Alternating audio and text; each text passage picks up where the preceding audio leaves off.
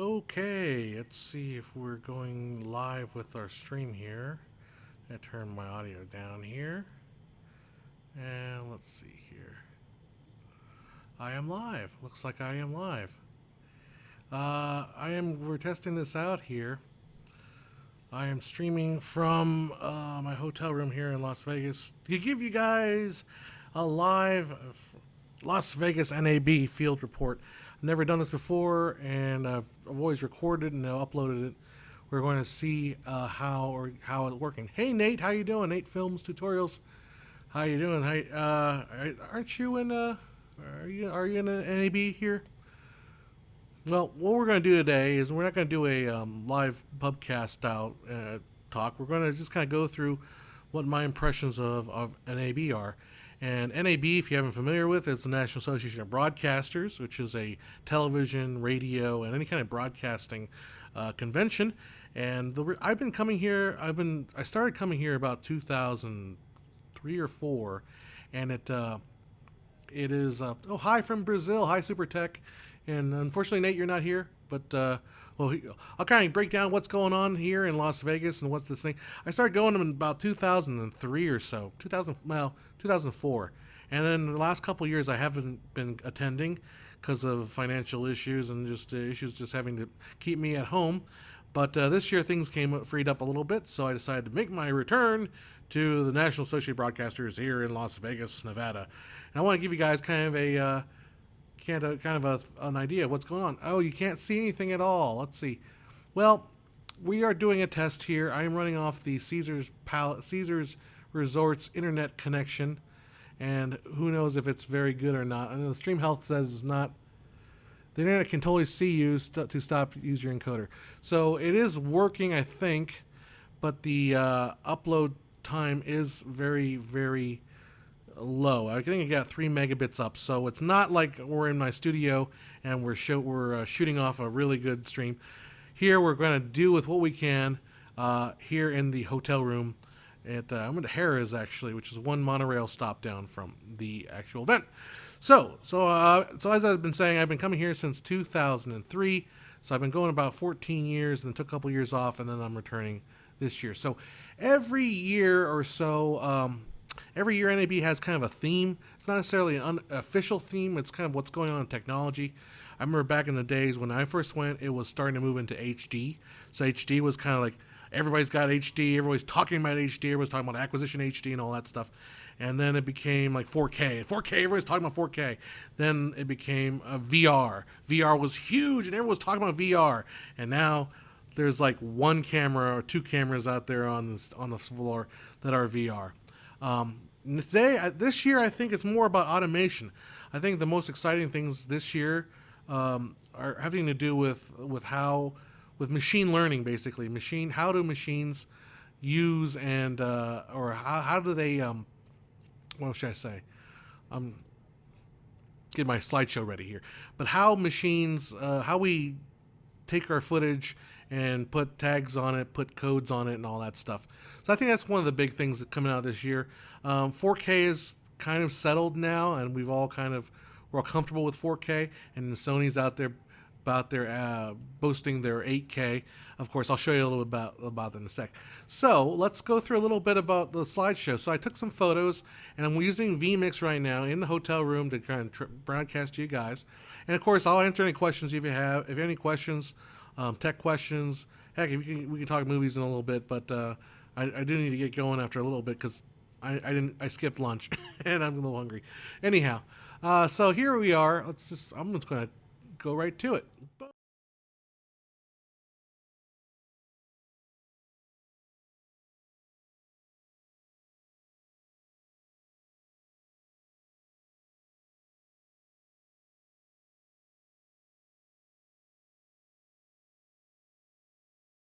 Sure, let's do this.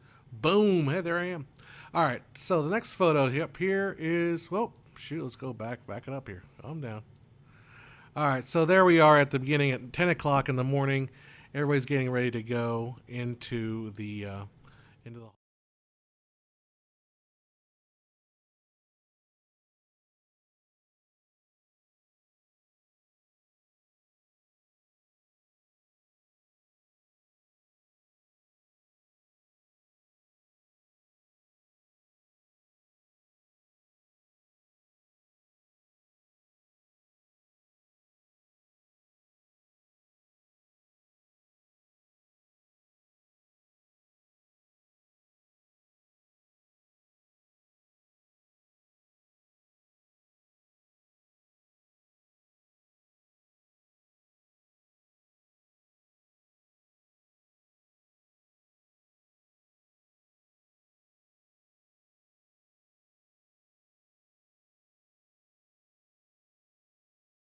They do force you to pay the resort fee, which is supposed to give you this internet. Whoa, everything's going nuts. So, dang it! Back it up! Back it up! Back it up! Back it up! Photos, cut to me. All right. So they do force you to pay the resort fee, but it only gets you some what's it called? Only gets you like 2 devices and then 3 megabits. I mean, I'm trying to do 10 things at once here. Ken says need to be in the insert for. Oh, thank you. I didn't realize the audio was not working. So let me switch that over for that. Let's see. How do I? Let's see. You're right. You got a good point there. I didn't see. I saw the aperture. I saw the aperture, but I didn't really go much into more detail. There we go. I saw aperture. I didn't really go much more into detail. Let's see. Let's hopefully now. Let's see now. Hopefully the audio stays with me. Okay. Let's see. Yep, audio's still good. All right. Says happy holidays in the description. I thought I switched it. Oh my goodness. Oh yeah. Okay. Let's just get rid of that description. So this is from our December thing. So hopefully that'll go away. Anyhow, as you can see, totally prepared for doing this live today. Again, we're doing this completely off the cuff. I'm just trying to see if it works. And see if it's still audio. Yep, still audio going there. And howdy doody to Daniel Sal. My goodness, why does this thing keep doing that? Back it up, back it up. Hi from San Antonio. How you doing? All right, cool. I think we're kind of set it up here. All right, took a little while. So you can see people entering the hall. Okay, Blackmagic Hall. First thing you do to go to is Blackmagic Design.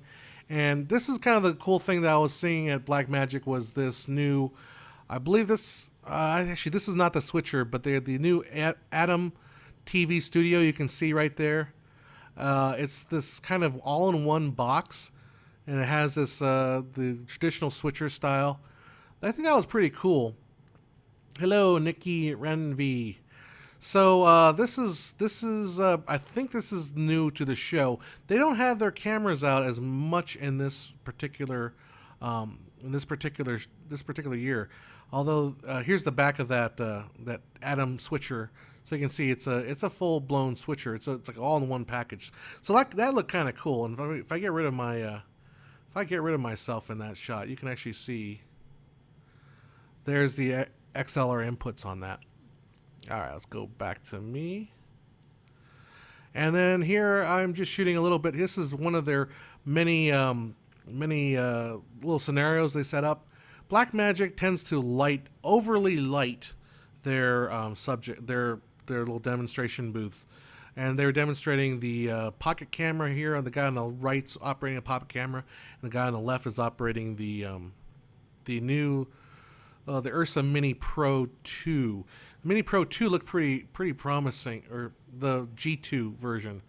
That looks pretty promising, and I gotta admit, a part of me really likes that camera. The thing I don't like about the Blackmagic Ursa Mini Pro is the weight. Sucker weighs like is a tank compared to something like a Canon or a Sony G5 or something like that. Canon C200, C100. Those cameras, C200 is a light camera. It's only heavy when you start, putting all this stuff on it. But yeah, man, that thing is so dang heavy. If it weren't that heavy, I probably would end up just buying one for the heck of it, with a nice lens on. Yeah, these have basically top line cine lenses on them. Let's see the next shot here. There you can see it's got the Airy lens on there. By the way, and I did test out the idea.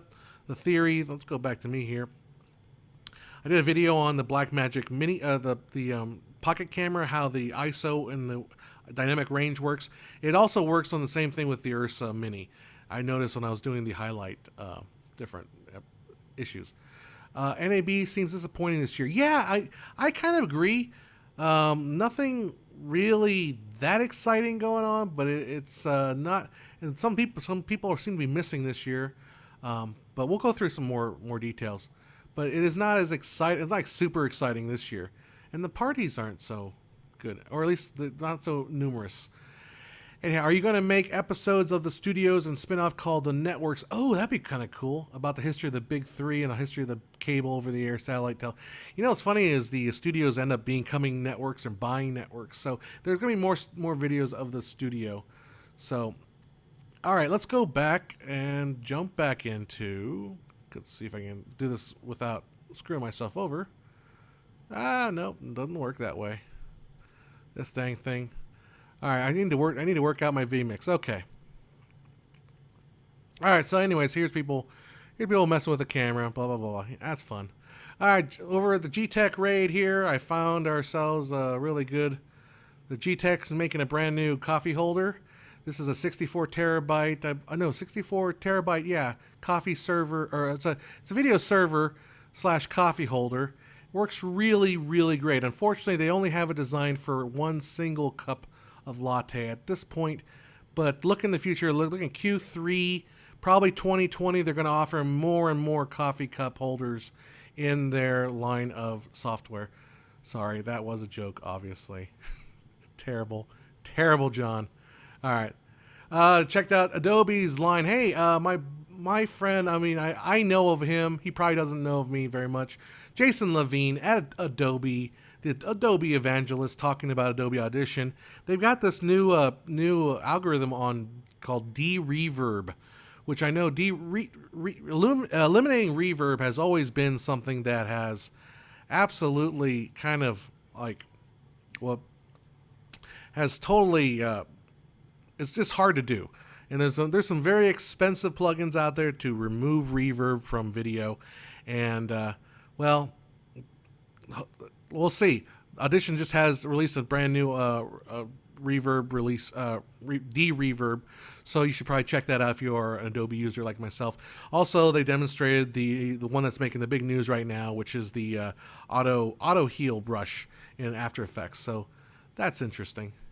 Go back to the... Let's see, what else are we saying in the chat here? Discuss in SL 9324 is showing some really cool virtual production stuff.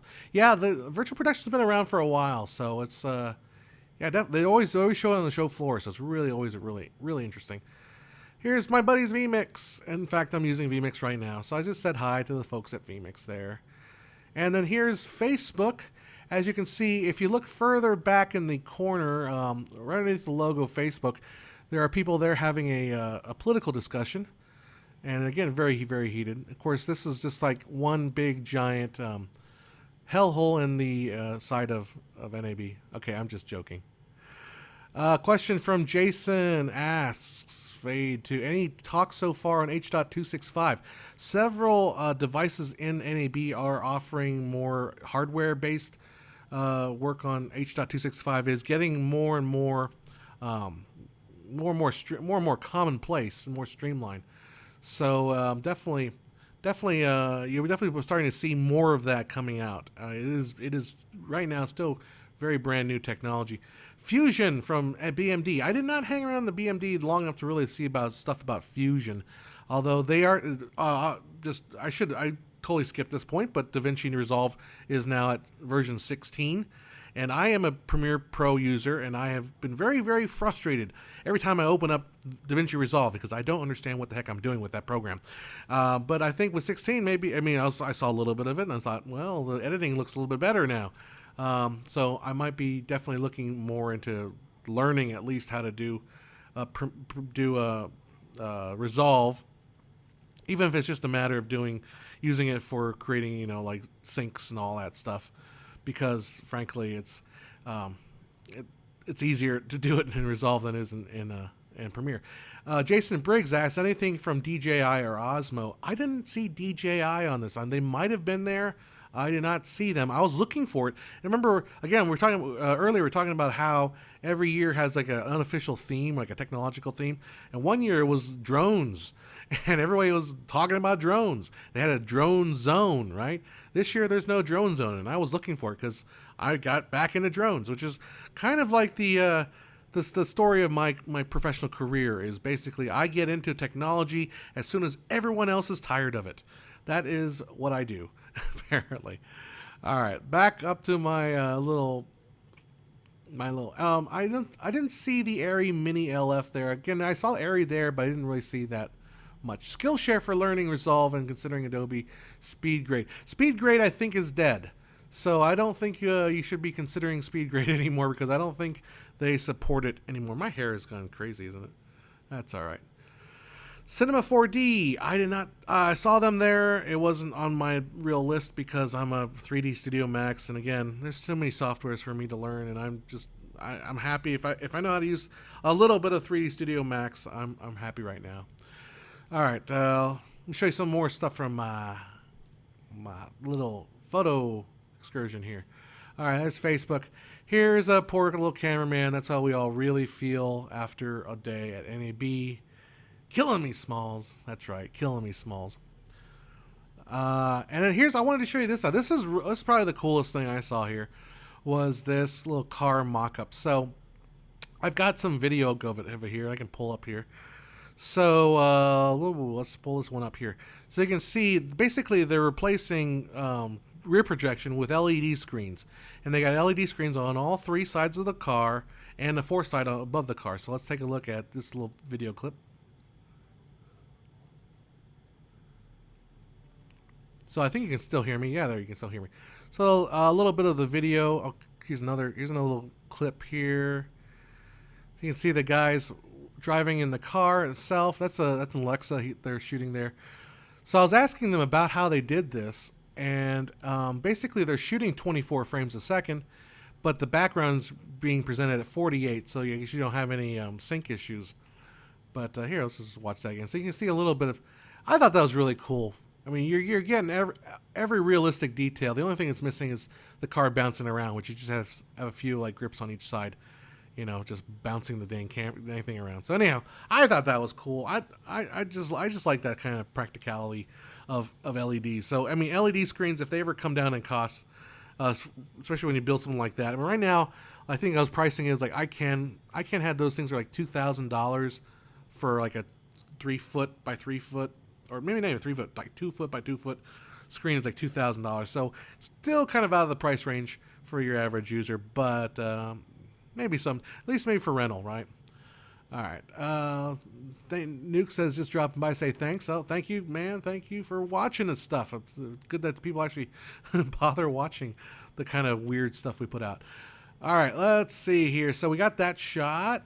We got our sponsors. So next week we're releasing a short film by our sponsor Ambient, which makers of timecode and timecode syncing products. And so we featured their Nano Locket in our short film, and I visited their booth and they tell me they got a brand new Locket device. This time it has a little LED screen, which is very, very useful. Basically the same idea, but the new Nano Locket from Ambient. So be on the lookout for that. Let's see, let's just jump back to the chat real quick.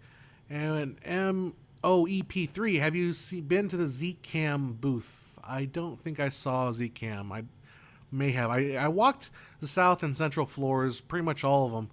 Just kind of stopped by what I thought was interesting. But I don't think I saw anything from Zcam. All right, let's take a look at the next shot. And okay, so Sony was out showing off their 8K. You can't really tell from this video here, or this still shot, but that is an 8K LED screen. In fact, I have a little bit better idea, a better sense of what that screen looks like in the size. So I'm going to start with a shot of my feet, and then zooming up or tilting up, you see the size of the 8K, and back to my feet. So let's restart that. That is an 8K shot. 8K, people talking about 8K. You're never, ever going to see 8K in the home. That screen was huge. And if we're going to, we're talking, that's movie screen size. We're talking about a 50-foot screen, which is what? By about what, 20 meter screen? Yeah, a little less than that. 15 to 18 meter screen wide. That you need that size of a screen to appreciate 8K because it's too much detail for anything smaller than that. So 8K is going to be something that is for theater, I would even hesitate to say theater in a traditional cinema speak, because it becomes too much detail. I think you have to be careful. I mean, so when I was watching this, okay, so I want to mention this. When I was watching this, they're demonstrating a lot of the high 8K stuff in either 60 frames a second or higher. I think they're mostly 60, and then they show you the 24 frame stuff, and the 24 frame, like, immediately it looks different. Obviously, it looks different. It's got that cinematic feel to it. It's got that more of a, it's a little more staccato-y feel. It's not as super clean and smooth. And I can see why people love the super clean and smooth, because that gives them that live feel. But the film stuff doesn't look as nearly as live. I brought my mom here, so she's watching TV in the background, if you hear noise in the background. So anyhow, they showed a little bit of 24 content. The 24 look content looks great. But man, yeah, it looks totally different. I mean, it's night and day.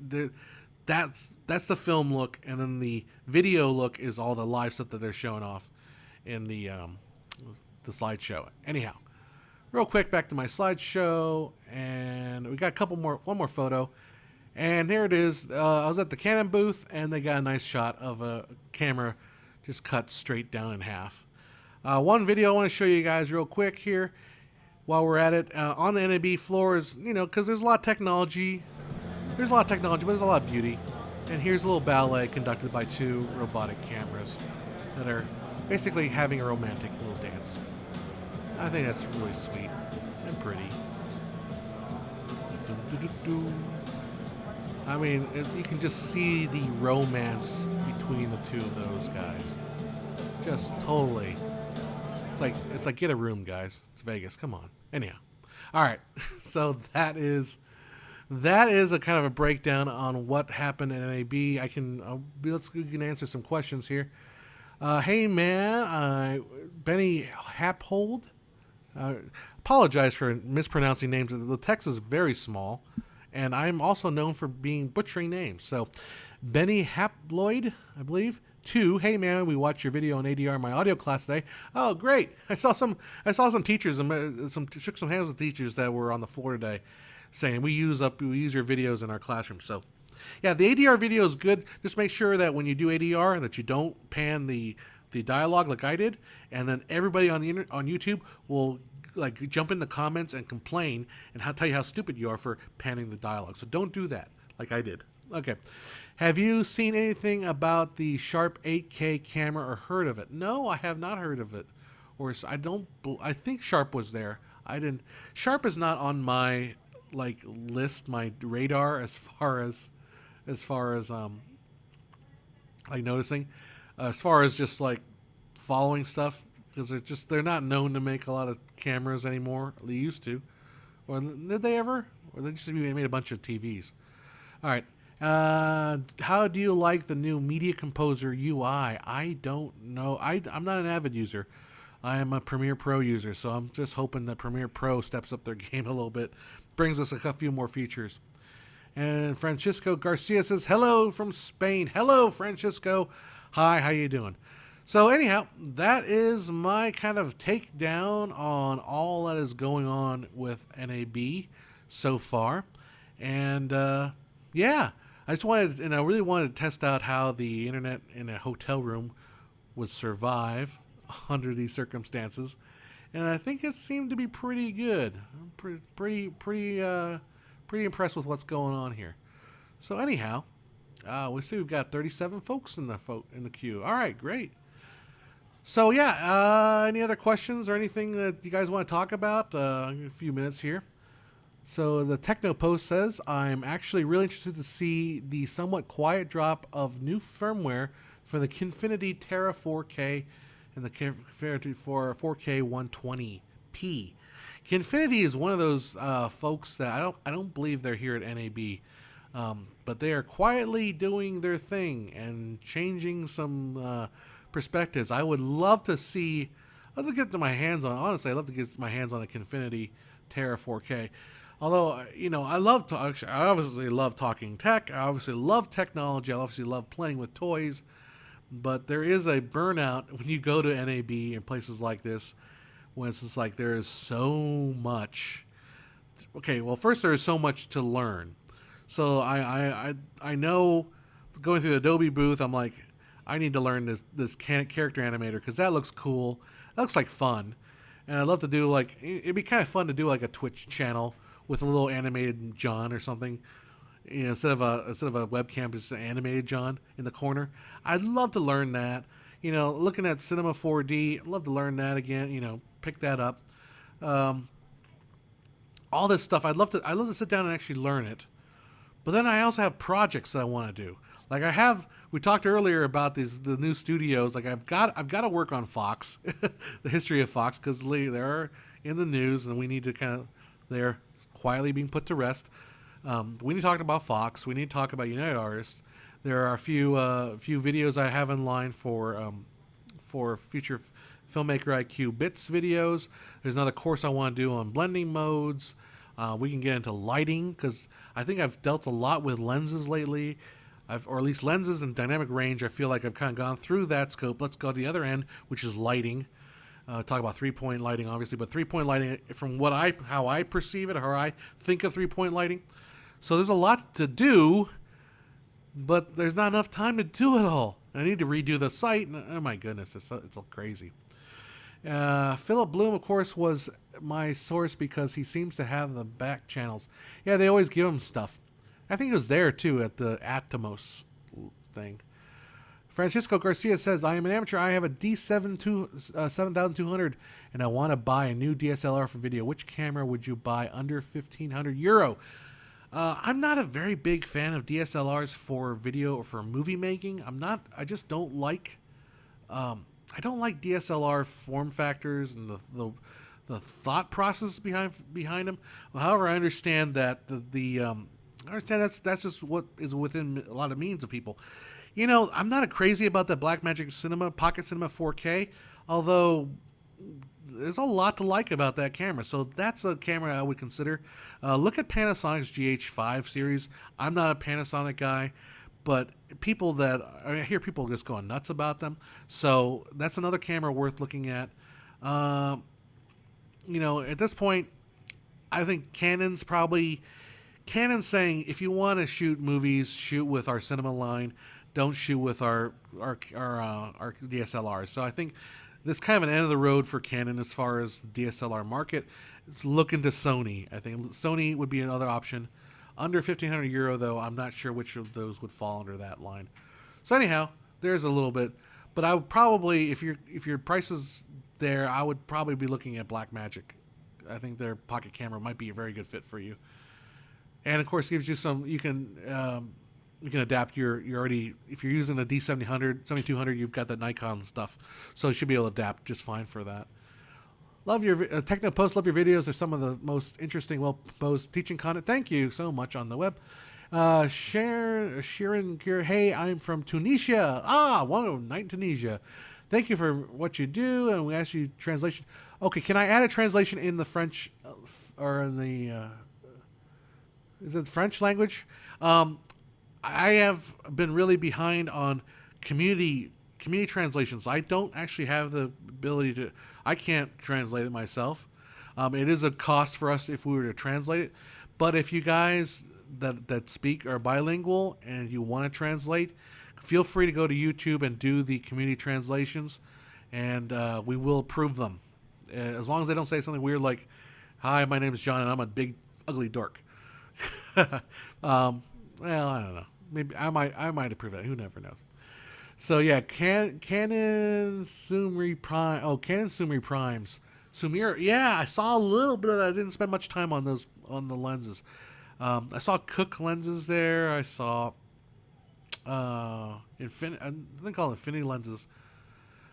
It's Rokinons. I saw the Zines. I played around with a couple of Zine lenses from Rokinon. I thought those were pretty nice. I'm not the lens guy. Like, I cannot.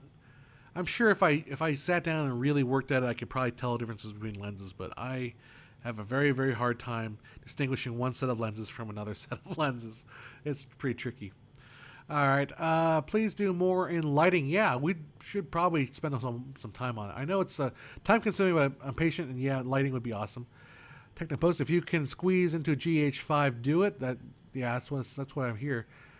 Use it for a national broadcast. Yeah, that's the thing about the GH5 is it does give a lot. Its codec is very, very robust. Probably the most robust of them all until maybe you get to like the Blackmagic level. But I think those would probably be good cameras to recommend. Going down, lighting would be great. Okay, if you got a project coming up in the summer, hopefully we can get that stuff out to you. And it looks like Canon is trying to compete directly with the Coke S4 line, and they're going for a more organic look. Yeah, I think that's what's happening. I don't know. I'm not super focused on lenses. And then Brosley's right. Hey John, I love that you're so passionate about movies and how to make them. When did you decide that this will become your career? And do you think it's too late for someone who's 29 to get into the scene? Alrighty. So if you want to go through some of my history, we'll talk a little about. Basically, in high school I made films, and this is late 90s. So this is not. I didn't make films. I made videos. And I started my first video goes back to 4th grade, but I started my high school career of movie making with 3D Studio Max and making little animations and stuff like that. And then I got a camera, my dad's V8 high 8 camera, digital 8 camera, and I started putting together little things. And back in those days, it was hard to get footage into the computer. Okay, it was very, very tricky. So I started doing that in high school, but I always knew that as a kid I wanted to do business. Business is what I was really interested in as a kid. So I liked the idea of how networks worked and how businesses worked and all that. I went to college and I went to get a business degree. I got my business degree, and then junior year, which is the year before I graduated, I said, gosh, I like business, but man, I don't want to give up this filmmaking thing. I really, really love filmmaking. And I actually had given up filmmaking after high school because I tried to make a feature film, and I wasn't ready to make a feature film. And I failed so bad that I quit filmmaking for about a year, but I came back because it's so addicting. So after college, I was a business major, and I decided I wanted to go into filmmaking, but I want to come at it from a business approach.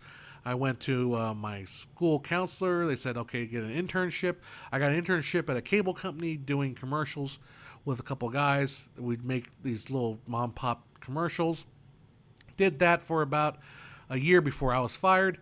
And then I realized at that point I didn't want to work for someone else. I wanted to make sure I take care of myself and do my own company. So that's how I ended up being a freelance videographer since 2003.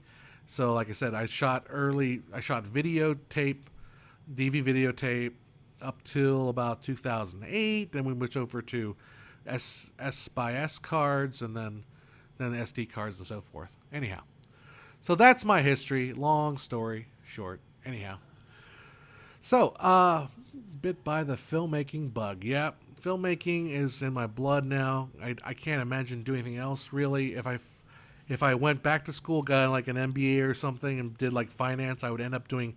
I just end up making films on the weekends. I know that's what would happen, and I'd rather make films my daily job rather than just my weekend job. So, and hopefully I got some knack for telling stories or something, maybe a little bit. So hopefully that worked out. Excuse me. There's a line. So one year I did a celebrity impersonators contest or a celebrity impersonators convention here in Las Vegas, and they taught you this line anytime anybody comes to Vegas, because it's so dry here, they say, "Oh, it's Vegas throat. You have Vegas throat." Yeah, that Britney Spears impersonator, she couldn't sing. Oh, that's because of Vegas throat, right? That's the reason why. All right, hopefully she's not watching this thing, because I do know. Real quick questions. What's the difference between a DSLR and the video camera sensor? So DSLR is not so much. DSLRs are just built for photography. DSLR means digital single lens reflex. Single lens reflex means that the light coming into the lens bounces off a mirror and into the single lens reflex housing, which you can then look at. So the viewfinder, when you're looking through a DSLR, is exactly what you're going to see when you take the photo. Video, we don't need that SLR part. We can get rid of that. So we just need the sensor. So a mirrorless camera would be an example of a good for shooting video. So on top of that, video cameras tend to be designed more for taking video. So the sensors will open for a long time. But outside that, there's no difference, really. The video cameras have a lot of features that are designed more for video folks, for people that are shooting motion picture, continuous motion picture, whereas DSLRs tend to be more for like photography, for still photography. And for still photography, DSLR is probably still like the gold standard. You still want to use that for stills. But video, and mirrorless is also making. I don't want to make waves among all these people here. Anyhow, I'm battling quickly. Let's just answer a few more questions here. I'm tired of Blackmagic bullet looks. Is there anything similar for Premiere? Who is it? Everyone's tired of Magic bullet looks. Just tone down the looks a little bit. I think that's part of it. You can look into Boris effects. I think Boris has some stuff coming out. Yeah, just kind of dial back the looks. That'll kind of help you get a little bored of it.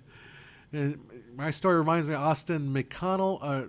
Rosalie says, my story reminds me of Austin McConnell. He also tried to make a feature film, then too early in his career. Yeah, don't do that. Or what happens is people will make a feature and it will suck. And it will suck. But on the other hand, though, and I'm very much guilty of this, is don't wait too long to make a feature. Like, I think I'm ready to make a feature film. I'm just there's a lot of things I got to get pulled together. Yes, it's hard. But I think I should approach it a little more seriously instead of putting it so far in the distance. Although there's a lot of stuff going on in my life, and just I'm taking care of my family and just trying to keep things going that are preventing a feature film from happening. But I should definitely start making that a direction which I'm moving in. This is partly why Filmmaker IQ in many ways is we're trying to make more short films. We're trying to create more of the contacts and create more of the resources to eventually create the feature film. And maybe we'll get some, obviously when we do that, you guys can be a behind the scenes first look at that. Anyhow, let's see, what else? What do you mean by filmmaking? So filmmaking, I meant, when I say filmmaking in that sense, when I was talking about my history, I never actually touched celluloid film. I only worked strictly with video. And nowadays we would say everybody's a film, you make film, everybody's a filmmaker essentially, because we're all, digital film is now film. It's the same thing.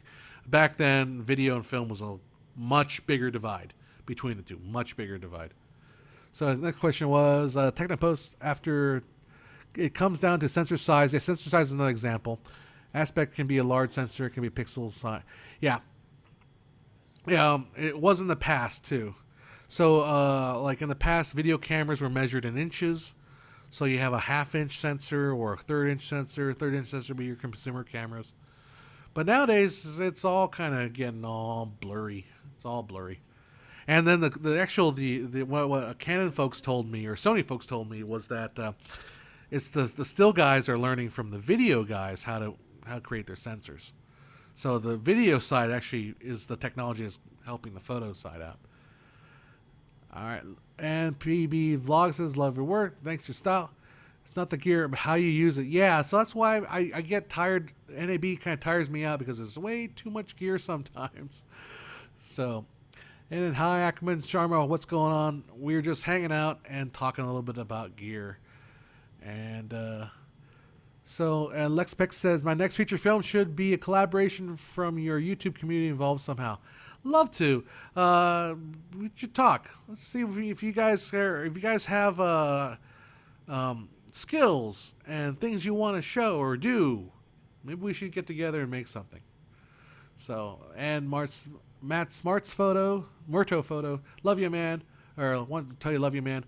Right back at you guys. Because of you guys, we really couldn't do this. It's having an audience like you guys. It's a blessing. It really is. We had a bunch of people coming from that 24 frame per second video, which I will again poke in the eye one of these days. But I think you guys understand what filmmaking is about. and it's wonderful having you guys as an audience. So without you guys, we couldn't do all this stuff. So that's what we're here for. And would you write your own script, or you focus on directing? I working on my own script on that one, and directing mainly. I do bring in people for cinematography. Not that I can't do cinematography, but it's just one thing less to worry about. And then I do need folks in sound department. I do need folks. Well, heck, I need folks in every other pipeline. But you'll see next week we're going to release our first Filmmaker IQ short film called Out of Sync, which is about a sound man who saves the day by taking the film out of sync. And we'll get that out there.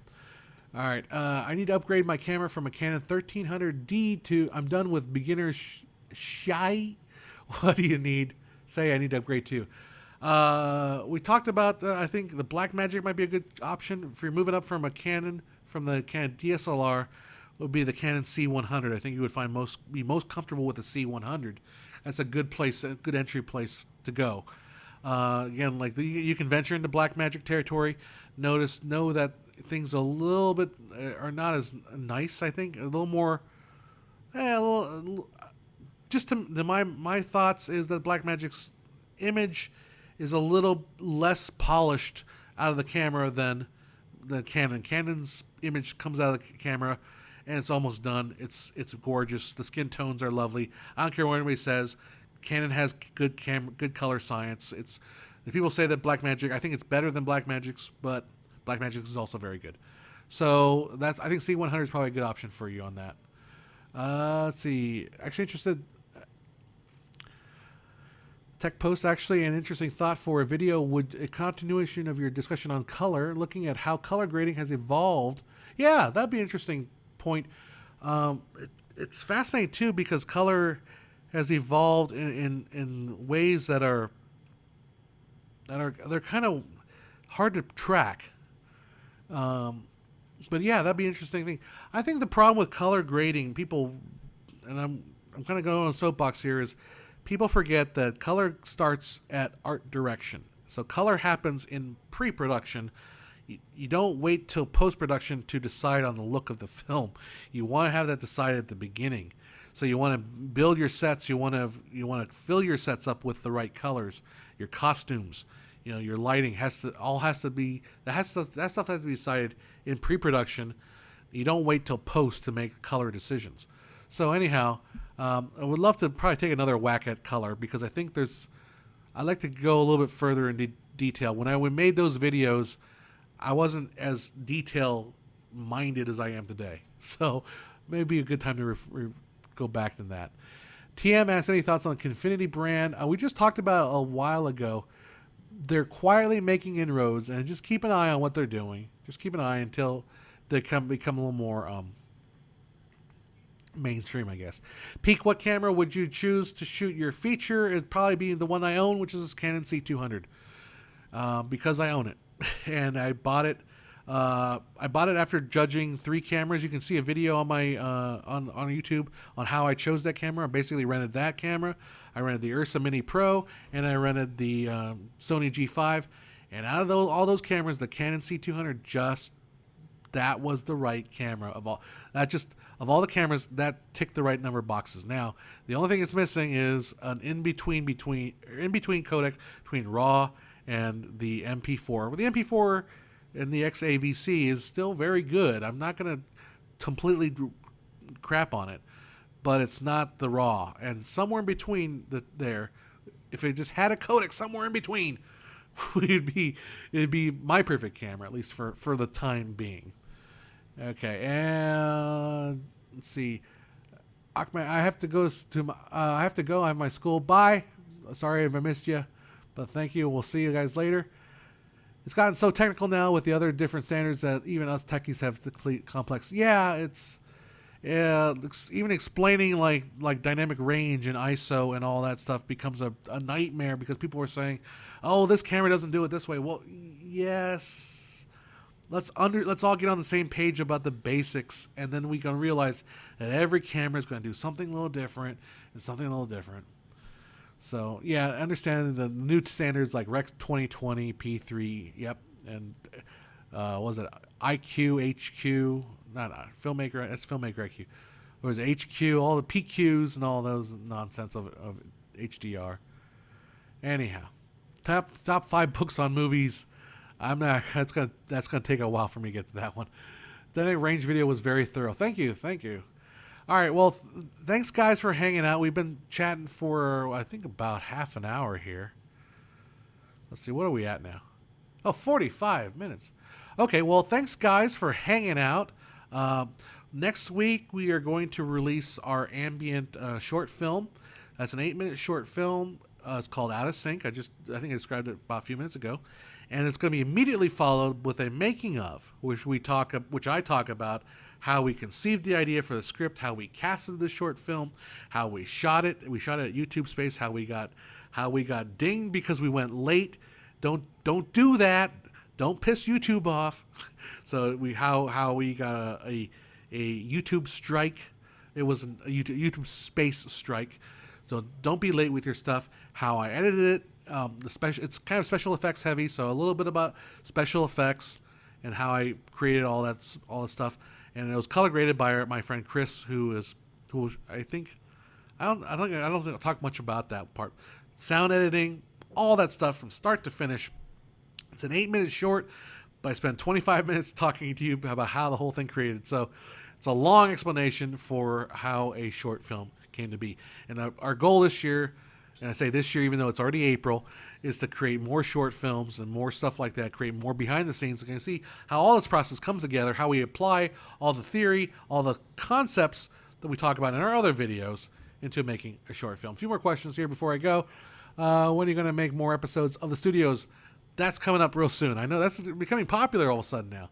I made that like last year and nobody, it was like really slow. It was like nobody really cares. Now everyone's asking me, when are you going to make more studios? We'll make some more studios. I'll get the Fedora out. We'll do some more. We'll probably do it on Fox next. And very interesting chat. Still learned from your channel a lot, decade into this hobby. I've been doing this for like 25 years. Oh my God, really? Just 24 years now. And I'm still like, wow, I didn't know what I was doing last year. I was doing it for 25 years. I'm still learning stuff. So we're all learning. And hopefully I'm putting out stuff that help you guys understand more about filmmaking and the brilliant joys of filmmaking. So anyhow, that is, I know, it's like the puff. Oh my God, I'm that old? All right. Anyhow, stick around for next week. We're going to have those 2 videos out, and we'll have more stuff coming, and we'll do another pubcast next Friday. So another live, that will be a daytime pubcast, I believe. So we will be out, we're just hanging out with you guys and answering more questions. Okay, so we'll talk to you soon. Until next time, my friends, go out there, make something great. I'm John Hess. See you at filmmakeriq.com.